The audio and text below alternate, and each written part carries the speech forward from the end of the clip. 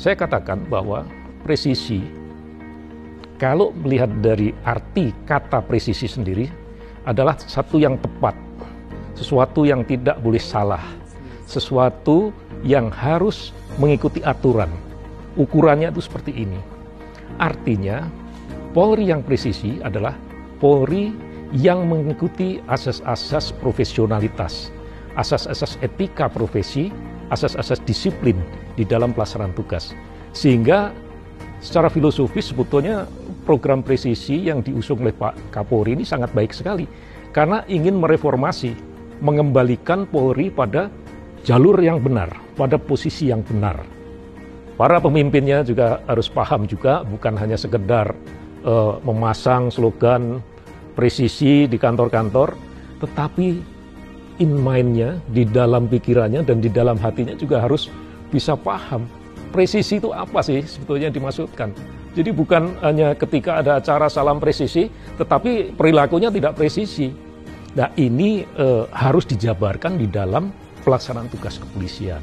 Apalagi jajaran Baharkam yang bertugas melaksanakan pemeliharaan Kamtibmas, melindungi, mengayomi, melayani, dan ada juga tugas-tugas penegakan hukum. Tugas-tugas perlindungan, tugas-tugas pengayoman dan pelayanan, ini harus dilakukan berdasarkan perkembangan situasi yang terjadi. Nah ini juga harus mengikuti langkah-langkah yang presisi. Apa sih perlindungan, pengayoman, pelayanan dalam pemeliharaan Kamtibmas? Baharkam itu bertugas mulai dari orang bangun tidur sampai tidur lagi.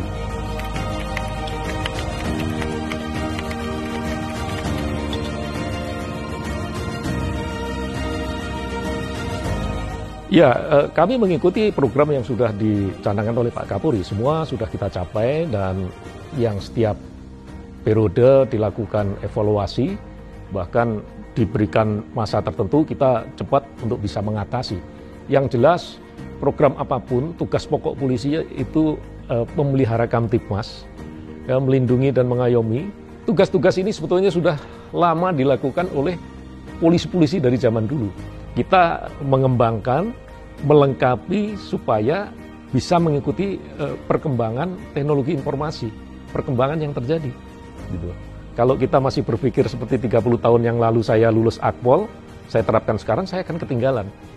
Apa sih sebetulnya yang dihadapi oleh masyarakat? Dari seluruh gangguan Kamtibmas yang terjadi di Indonesia itu, 60% adalah kejahatan konvensional. Kejahatan konvensional itu yang bersentuhan dengan rasa aman masyarakat. Begal, curanmor, copet. Ini mendominasi gangguan Kamtibmas yang terjadi di Indonesia. Sehingga kalau kita ingin mewujudkan rasa aman, kita tangani itu dulu.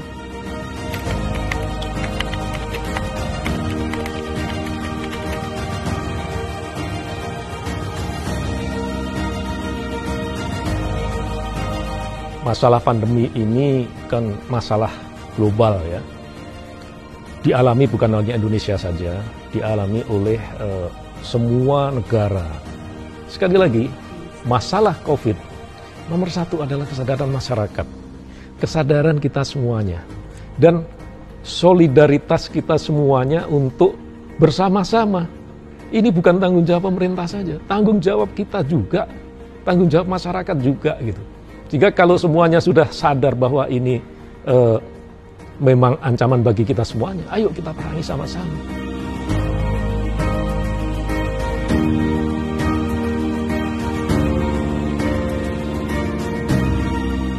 Ya, kepada seluruh personel kepolisian, saya sebagai Kabaharkam dan sekaligus selaku Kepala Operasi Pusat Amanusa yang juga mengawal PPKM darurat, saya pesankan kepada seluruh anggota TNI, Polri dan semuanya yang bekerja di dalam penanggulangan COVID tetap semangat dan jaga kesehatan.